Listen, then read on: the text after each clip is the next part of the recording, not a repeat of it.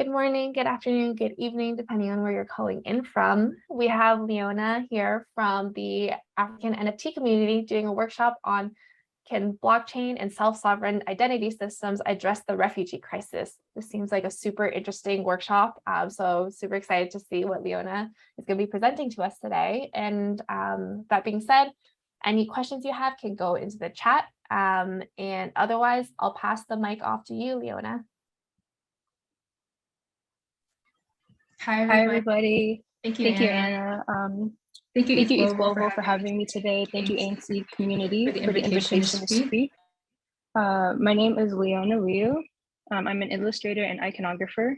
I create NFTs and I participate in a range of DAOs. I was initially asked to discuss the ways I utilize blockchain technology as a preservation tool, which is usually what I tend to do within my artwork, but I decided to kind of shift my focus onto a different topic that is near and dear to me because of how much it affects my personal life and my family, and because I believe this topic is in need of immediate attention. And this is the global refugee crisis. And I would like to ask questions about, are there ways that blockchain technology, can address the refugee crisis and provide some relief to a lot of the issues that individuals are facing. Before we get started, I wanted to go through a couple of keywords. Decentralized identity, which is a system of identity management for people, organizations, and more operating on a decentralized ledger technology like the blockchain. Next would be self-sovereign identity. This concept of self-sovereign identity is a framework for digital technologies and identities that restores the power back to the individual for them to control and gatekeep access to their digital identity and the information that is contained within their digital identity. And the final definition that we are going to cover is a hyperstructure, which is essentially, this is defined by Jacob from Zora. A hyperstructure is a crypto protocol that can run for free and forever without the need for maintenance, interruption, or intermediaries. So in the last few years, the world refugee crisis has risen to an alarming scale. The UN High Commissioner for Refugees, or the UNHCR, has recently reported in June of 2021 that, or June of 2022, that 89.3 million people have been forcibly displaced by the end of 2021 as a result directly of persecution, conflict, violence, or other human rights violations. Oftentimes, they are required to leave their homes without much preparation, and they end up arriving at refugee and aid camps without any types of form of identification or documentation. Others are also losing their personal documents during their journey to the camp. While they're trying to get there, they may, lose it. And others are also coming into camps from states and nations whose governments have collapsed and are maybe unable to issue ID cards. For example, like Syria or Somalia following the collapse of its previous government.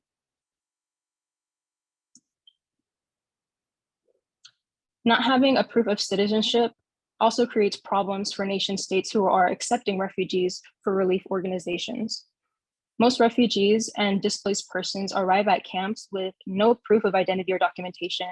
And out of desperate need, humanitarian relief organizations are resorting to registering and identifying people in the meantime. Unfortunately, these databases that they're creating tend to remain and stay siloed within these aid organizations. And this is going to drastically impact how quickly people are receiving aid later on down the road, because they are not able to take these forms of identification with them if they happen to leave. By blockchain's nature of being of immutability, decentralization, and ownership, this technology of tomorrow's internet gives us the potential for it to be transformative for humanitarian work if we are able, as the blockchain community, to approach these very specific problems with an intention of finding an ethical solution. IDs are extremely crucial to accessing basic human rights and necessities like registering for a bank account, registering for a phone, applying for school, or even accessing a Facebook account nowadays is going to require you to have some form of government issued identification in order for you to log in. Nowadays, many refugees and individuals are left stranded with their palms up without any types of ID. Without proof of identification, refugees and migrants are also unable to travel through these official checkpoints at the international borders. This means that they're going to have to turn to some more dangerous channels in order to reach their destination, such as smuggling. Without a form of identification, refugees who are seeking asylum are also turned away. By issuing blockchain-based digital identity solutions, we are able to build on top of a decentralized ledger to alleviate some of these issues that displaced people are having.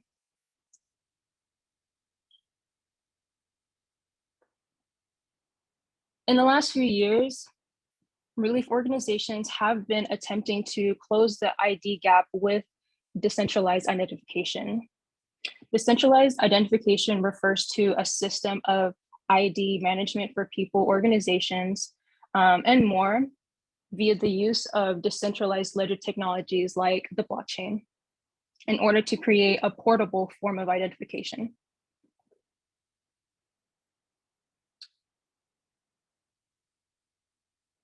Organizations like the UNHCR or the World Food Program are currently utilizing the blockchain to issue out identity cards. The UN has designed an initiative which will basically apply the blockchain identity registration service to areas that are region specific. So like in areas like Jordan or in Syria.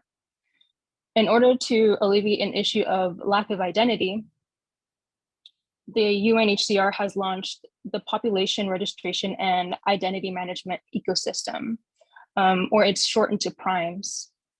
PRIMES is basically an initiative, and this initiative is a collection of information services that promises the refugees a recognized legal identity that will be tied to biometric ID.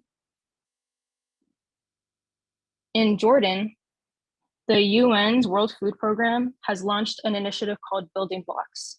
And this initiative is basically designed to help the World Food Program distribute cash for food aid and to over hundreds of thousands of refugees who are currently stranded in Jordan. However, in order to sign up for this program, refugees are required to submit are basically required to submit personal information and biometric data once again, which will be stored in an experimental storage facility on a centralized UN server. Centralized storages of biometric data, which is tied to identity, is extremely invasive and dangerous. And while there is an obvious emphasis that forgery and counterfeit needs to be prevented, there also needs to be an emphasis added on the data security of the individuals in a way that allows for them to retain ownership of their information that they're providing. Requiring users to register personal information onto a centralized database and then tying their digital identity with biometrics seriously violates the refugees' privacy rights. I don't believe that any of us would want to have to do an eye scan in order to register for a government-issued card. What seems invasive to a lot of us is going to also be invasive to a lot of refugees as well. And we have to be mindful of these actions when we are creating tools to address their problems. There needs to be an effort made to protect the data and the privacy of refugees. How can this technology be leveraged in such a way that dramatically improves the quality of life of most marginalized groups without asking them to compromise more than they have already given.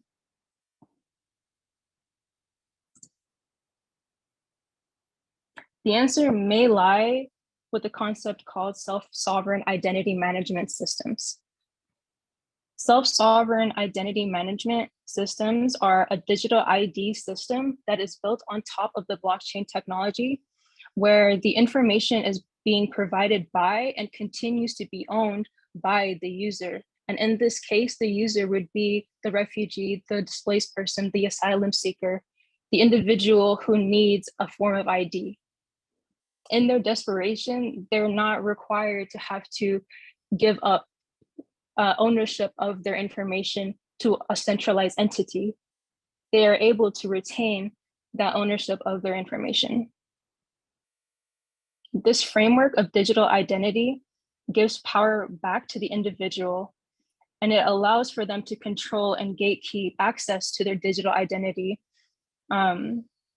as it's being contained within their wallet, whether it is a portable wallet in a larger meta system, or if it's in or if it's in a portable wallet that they're able to carry around with them.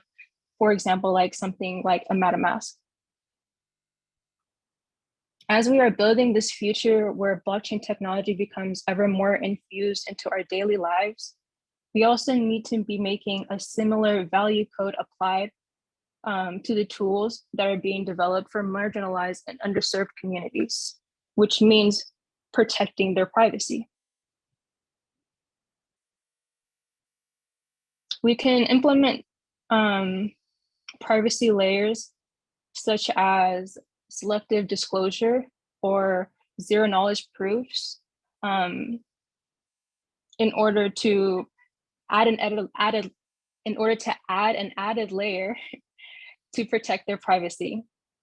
Selective disclosure essentially means that the individual who owns the information is able to generate a proof from the attributes of the credential. So for example,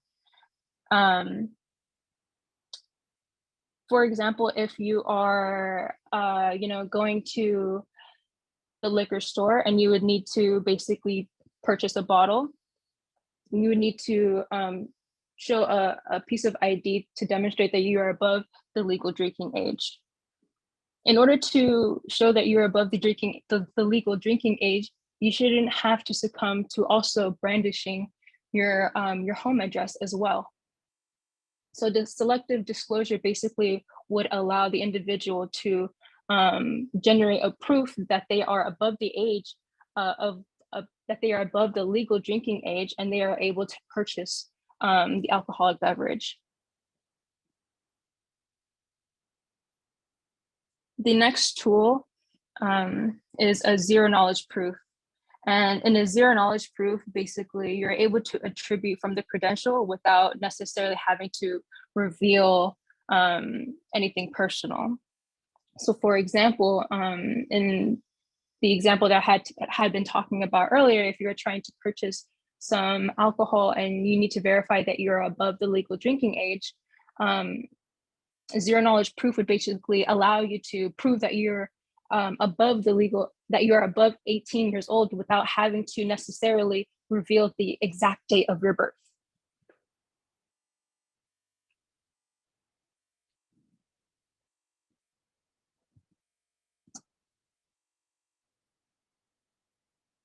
So now I would like for us to consider this concept of a self-sovereign identity registry as a hyperstructure. And a hyperstructure, as Jacob had presented during the technical summit here at eGlobal a few days ago, would be an ideal model for a user-driven ID management system. In his presentation, Jacob defined hyperstructures as being crypto protocols that can run for free and forever without the need for maintenance, interruption, or intermediaries. They basically would be running entirely on chain, and they are a public good, which would create a positive sum for any participant. Hyperstructures are transparent, They are unstoppable, free, valuable, expansive, permissionless, decentralized, incredibly neutral, which essentially means that they are free of politics. If anybody has not had the chance to listen or watch Jacob's presentation, I would highly recommend giving that a watch. Because the way that he had ended up describing the functionality of hyperstructure was what inspired, which is actually what, crossed some T's and dotted some I's for me when I was coming up with this presentation myself. Self-sovereign identity would essentially act as a base structure for would act as a base structure, and it would be supported by the blockchain. And as it being a base structure, we would be continuously building on top of it. An ID system operating as a hyperstructure would allow ID to be portable and accessible anywhere, an absolute necessity for refugees and displaced persons as they are trying to reach their next destinations. An ID hyperstructure, if the international community recognized it as an incredible form of identification, would essentially act as an interoperable global ID card. Should a refugee arrive from Libya in Italy, the border officials could check their identity on the ledger housing the refugee's ID. What makes this revolutionary is that the refugee could then choose to reveal only as much about themselves as needed for the particular transactions they are undertaking, utilizing the privacy tools we talked about earlier. This would restore control and ownership of the information right back to the refugee and empower them. An efficient ID management system requires efficient coordination at the local, the national, and the international level, as well as coordination between governments, between non-governmental organizations, and between private sector actors. Democratizing Web3 and the blockchain may look like creating a decentralized hyperstructure as a foundation for an internationally recognized and accepted self-sovereign identity system. While the first layer of self-sovereign identity hyperstructure may focus on the ID essentials such as name, date of birth, country of origin, and perhaps family size, the implication of a permissionless structure indicates that more apps and tools can be built on top of the hyperstructure. So this means that later developments may allow users to verify their education, their employment history, and so on.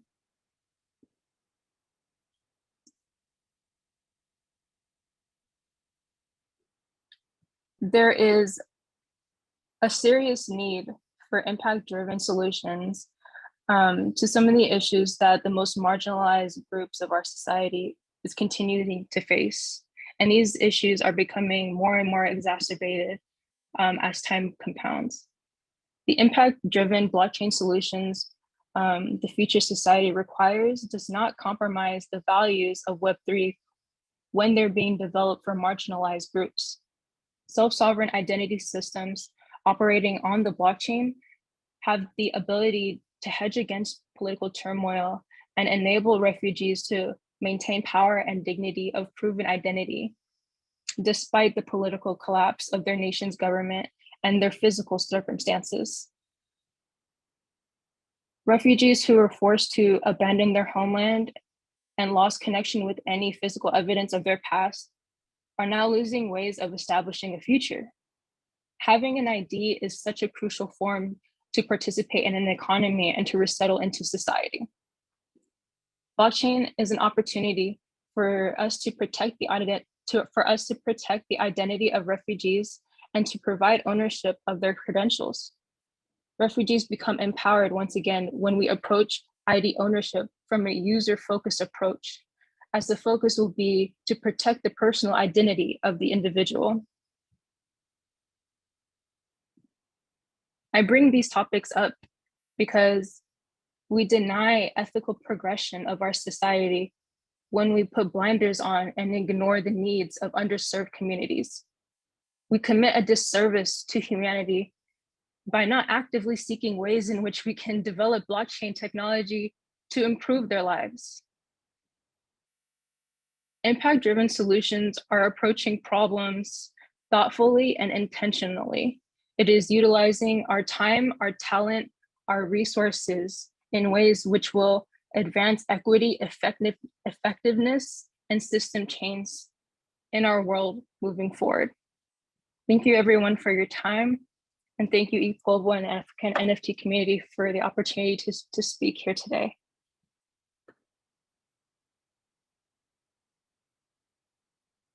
Awesome. Thank you so much, Lyonna. That was super, super interesting. Well, it looks like you have a question in the chat. Okay, I see. So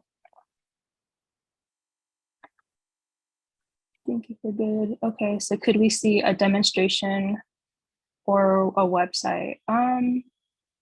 This is something that I have been working on and for something over a year now.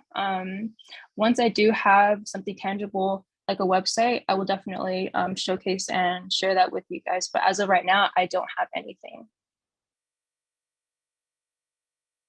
I would be able to provide other examples.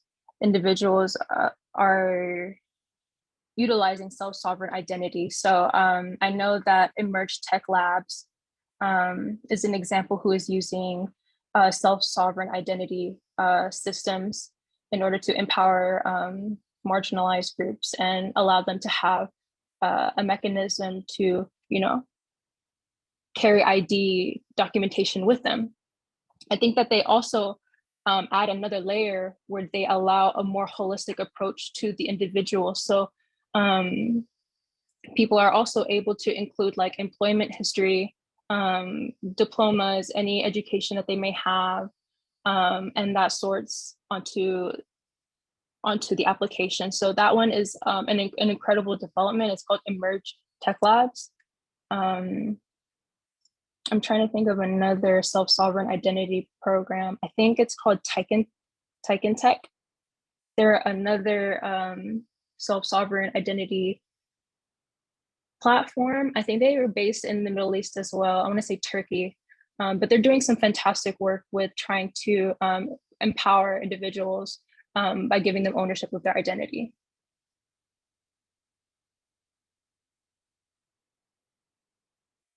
No problem. You're awesome. Thank you for showing up. They said thanks. Awesome. I think that's all the questions we have for today. Lyonna, that was really, really interesting. I also really enjoyed like listening to this talk. I'm really excited to see like where this technology can take us in terms of like these types of like situations and use cases. And like, thank you so much for taking the time to do this for Metabolism and on such short notice as well. And yeah, and thank you to the rest of you for joining in and listening to Lyonna's workshop. Yeah, I appreciate everybody for coming in. Thank you, Anna, ETH Global, ANC Community again for giving me the platform to even talk about this. I feel like I've been ranting about the potentials of self-sovereign identity to my community for so long now. They're just like, talk about it, go. So it was great to, have the platform, and I appreciate you guys immensely. Thank you. For sure. And yeah, with that being said, I guess we can end this here, and I hope everyone has a great rest of your weekend. Bye, everyone. Bye, everybody.